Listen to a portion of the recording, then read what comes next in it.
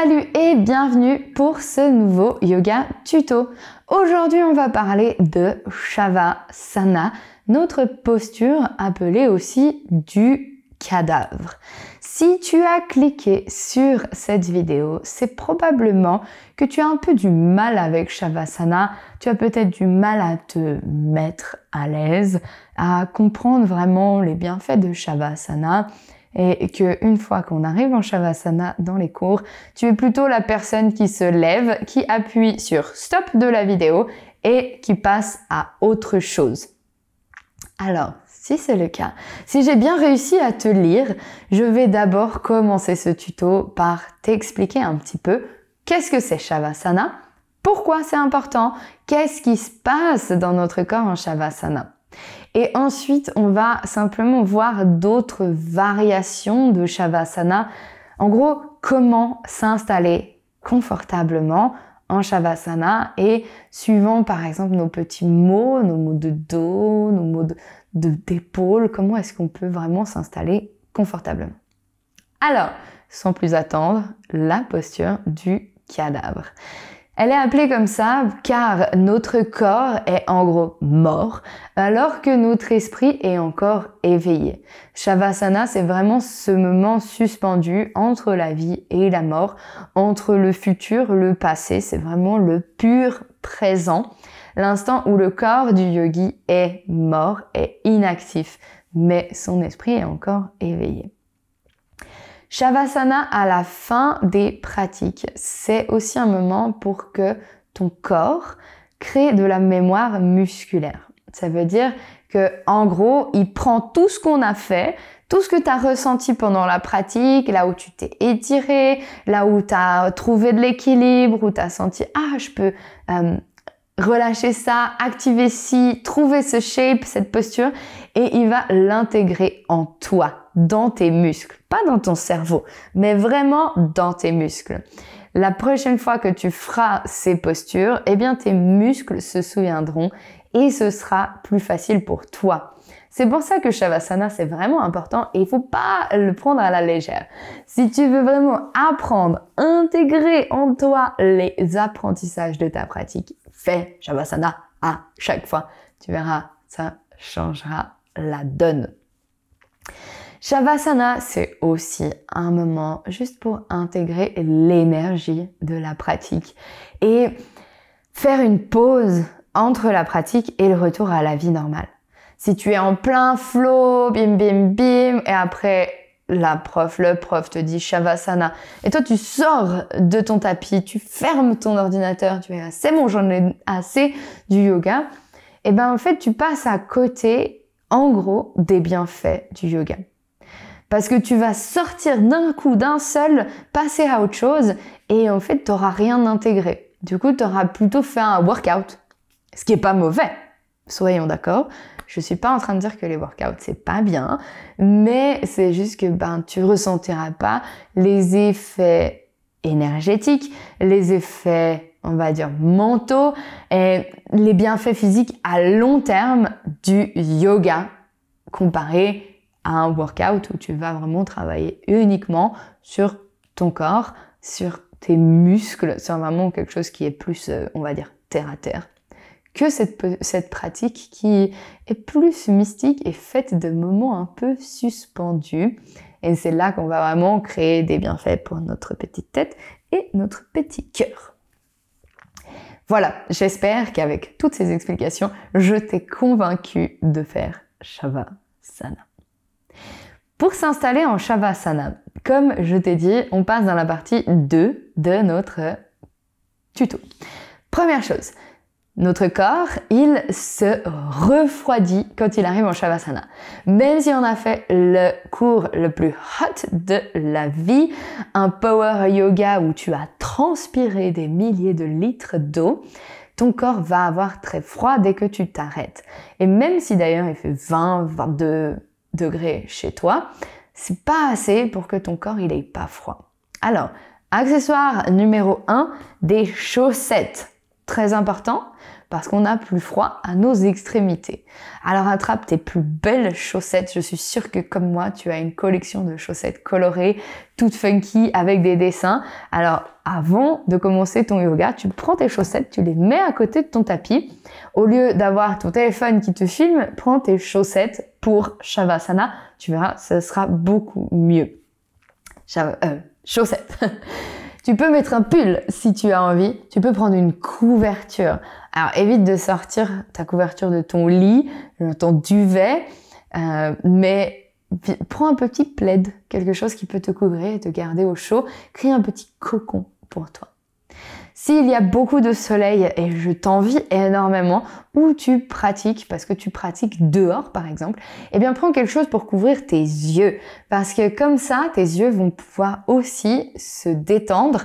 Parce que s'il y a le soleil qui arrive même derrière tes paupières, au final, ce sera pas très agréable et tu ne seras pas détendu. Dernière chose pour l'habillement, incontournable pour les personnes aux cheveux longs. Enlève l'élastique que tu as dans les cheveux. Sinon, ta tête, elle sera jamais droite. Elle va appuyer sur cet élastique et ça va pas être confortable. Alors, libère ta crinière de lionne, ou de lion plutôt, parce que les lionnes n'ont pas de crinière. Libère ta crinière de lion et installe-toi avec la tête droite. Voilà pour l'habillement. Ensuite, une fois que tu es arrivé en Shavasana, ça veut pas dire pas bouger. Tu n'es pas immobile. Si ton nez te gratte, tu vas pas passer quelques minutes à te dire « Oh mon Dieu, mon nez me gratte, mon Dieu, mon nez me gratte, mon nez me gratte. » Gratte-toi, c'est pas grave. Mais ce que tu peux faire aussi, c'est gigoter un petit peu et venir, plus belle démonstration du monde, parce que c'est Shavasana, alors c'est chouette déjà. Première chose, j'enlève mon élastique que j'ai dans les cheveux, bonne élève. Je me rhabille un petit peu, j'avoue j'ai pas mes chaussettes mais je vais pas rester longtemps. Mais depuis là, j'écarte un peu les jambes, je viens pas les coller serrées, je les écarte plus larges que les hanches et je laisse tomber les pieds sur le côté. Et les bras sur le côté, et là je peux encore gigoter un petit peu. Des fois on s'installe, en fait on se rend pas compte mais on est complètement tordu. Et au bout de quelques minutes, on se dit « Mais mon Dieu, je suis en forme de banane !» Alors, prends le temps de bouger un peu, même peut-être de t'étirer, parce que plus tu t'étires, plus t'es droit, plus t'es droite. On passe à la dernière partie de ce tuto. Si ça, Shavasana traditionnel, c'est pas possible pour toi, eh bien, il y a d'autres choses.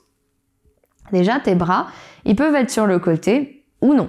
Tu peux aussi les mettre sur ton ventre, juste les déposer sur ton bas-ventre. Tu peux aussi mettre une main sur le cœur, une main sur le ventre et ça va t'apporter plus d'ancrage. Vraiment, tu te sentiras plus connecté à toi et c'est comme si tu te sentais un peu plus protégé dans ton cocon, moins vulnérable que ouvert comme ça.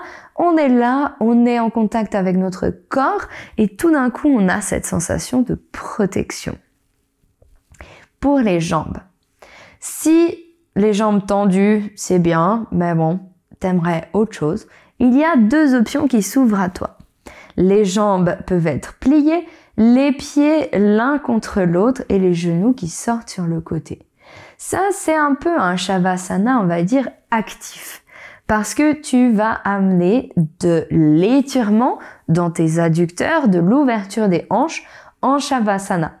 Mais parfois, si Shavasana, c'est pas possible pour toi parce que ton cerveau n'arrive pas à se mettre en pause, ben, on le trick un petit peu en lui donnant un truc à faire avec notre corps. C'est donc cette ouverture de hanche. Et on arrive à se relâcher un peu. En gros, on lui donne une détente sans vraiment lui donner une détente parce qu'on lui donne un truc à faire. Si tu as mal au bas du dos, alors on peut plier les jambes, ouvrir les pieds largeur du tapis et venir poser les genoux l'un contre l'autre. Et là, ça va refermer tes hanches et quand on referme l'avant, on ouvre l'arrière. Donc, on va donner de la liberté dans ton bas du dos. On redonne de l'espace, en gros, dans ton bas du dos, dans tes lombaires. Et si tu as fait une pratique avec beaucoup de back bend, donc de pont, de cobra, de choses comme ça, eh bien ça fait beaucoup du bien pour redonner de l'espace dans tes lombaires. Et même si tu es comme ça, tu peux toujours utiliser tes chaussettes, utiliser ta couverture, être bien. Chose à éviter, c'est de mettre un coussin sous notre tête. Parce que du coup, on va soulever la tête et en fait, on va plus aligner notre colonne vertébrale et notre nuque. On met un angle dans cette nuque. Et c'est ce qu'on est habitué avec nos coussins. Alors, justement, si tu as un peu du mal à garder la tête droite sur le sol, fais-le. C'est que ton corps en a vraiment besoin. Et d'ailleurs, avant de t'installer et de ne plus bouger, tu peux passer les mains derrière ta nuque et venir vraiment allonger cette nuque, puis la poser sur le sol. Et sans garder le menton vers la poitrine, mais en rééquilibrant tout ça et tu viens vraiment allonger cette nuque, ce cou, tu vas voir, ça aussi, c'est un game changer, ça change la donne de ton Shavasana et tu vas vouloir y rester pendant des heures. Si tu as mal au bas du dos et que tu as du matériel à disposition, tu peux aussi avoir les jambes allongées et simplement glisser quelque chose sous tes genoux. Un coussin, une couverture, un bolster si tu en as un, vraiment, juste quoi que ce soit qui peut surélever un peu tes genoux comme ça. Imagine un truc imaginaire là sous moi et ça va aussi aider un peu dans le bas du dos. Et voilà, on arrive au bout de ce tuto Shavasana. Dis-toi surtout qu'il n'y a pas de vrai et de faux, il n'y a pas de juste et de pas juste. Et il y a surtout ce qui te fait du bien à toi. Souviens-toi que tu es la seule personne à savoir ce qui te fait réellement du bien. Mais si je peux me permettre d'être un petit peu la personne qui sait pour toi ce qui te fait du bien, arrête de skipper les Shavasana, fais-les, ça te fera un bien énorme. Par contre, effectivement, prends la variation qu'il te faut en Shavasana. Au final, il n'y a pas de gourou du yoga qui est en train de regarder chaque pratique que tu fais et qui vient te fouetter si ton Shavasana n'est pas juste. Fais ce qui te fait du bien à toi. Voilà, merci beaucoup d'avoir suivi ce tuto. Si tu as encore des questions, n'hésite pas à me les écrire en commentaire. Je me ferai vraiment un plaisir de t'y répondre. Et peut-être qu'on pourra ensemble faire un tuto encore plus complet de Shavasana. Si tu as d'autres postures dans lesquelles tu te poses des questions, n'hésite pas aussi à me les écrire et je pourrais peut-être te diriger vers un tuto que j'ai déjà fait car je commence à en avoir pas mal et si je ne l'ai pas encore fait, eh bien je le mettrai sur ma liste des prochains tutos et comme ça je pourrai te faire un tuto sur la posture dont tu as besoin. Et je te dis à très vite sur le tapis.